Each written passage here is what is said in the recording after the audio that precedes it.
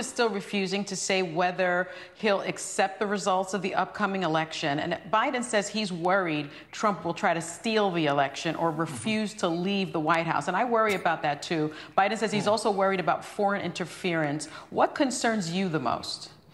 Well, you know, one of the things, you know, Democrats are focused on absentee ballots, vote by mail, and those are all legitimate.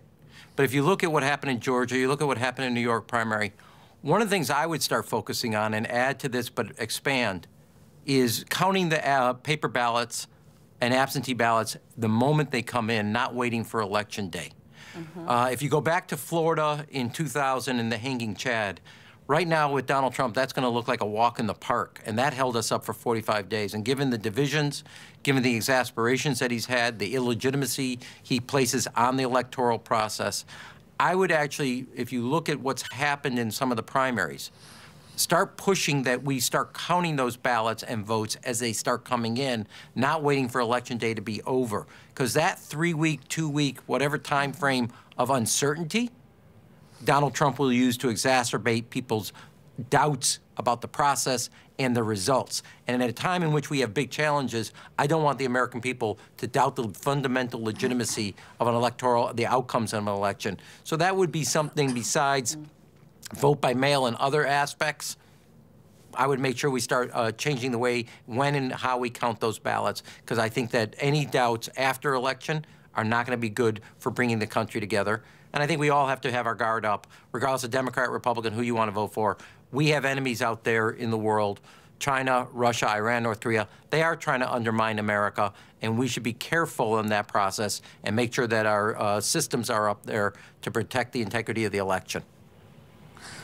It would help if people sent in their mail-in ballots by October 20th also, and not wait too long, correct? Not only send it in early, but also then the system, those running the process, should start immediately counting them. They don't usually count until after. And that, you know, look, Donald Trump is being clear. What's our response to that? He is trying to already throw, knowing where the trend is, and you can look at the election today, he can't win the popular vote. All he has a chance at is the electoral vote, and he's trying to cast already a lot of doubts and indecision. And that America, regardless of what your position on party or who you're going to vote for, can't afford uncertainty on the outcome of an election given the challenges we have. Okay. So let me ask you this. Trump's decision to sic federal troops on protesters in Portland led to more riots this weekend.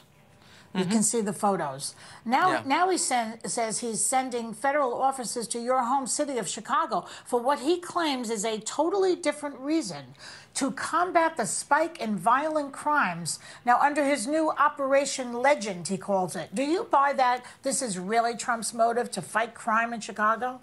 You know, so let me back up. One is the main effort here is about community policing, reestablishing the trust between community and public safety.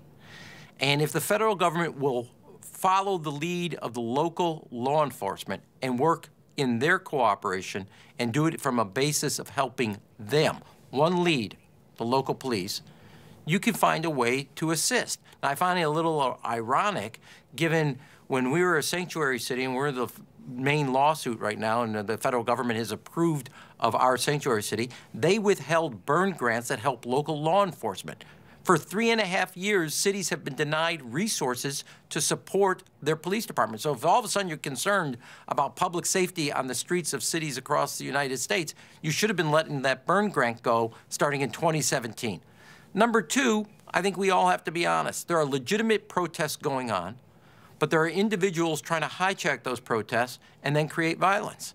And if the federal agencies are going to support governors and mayors, they should do it in conjunction to separate those who are trying to, whether it's in Portland or Seattle, Austin, Los Angeles, Chicago, trying to hijack legitimate political expressions and expressions of First Amendment rights and use it to create violence in the dark and using those protests as cover.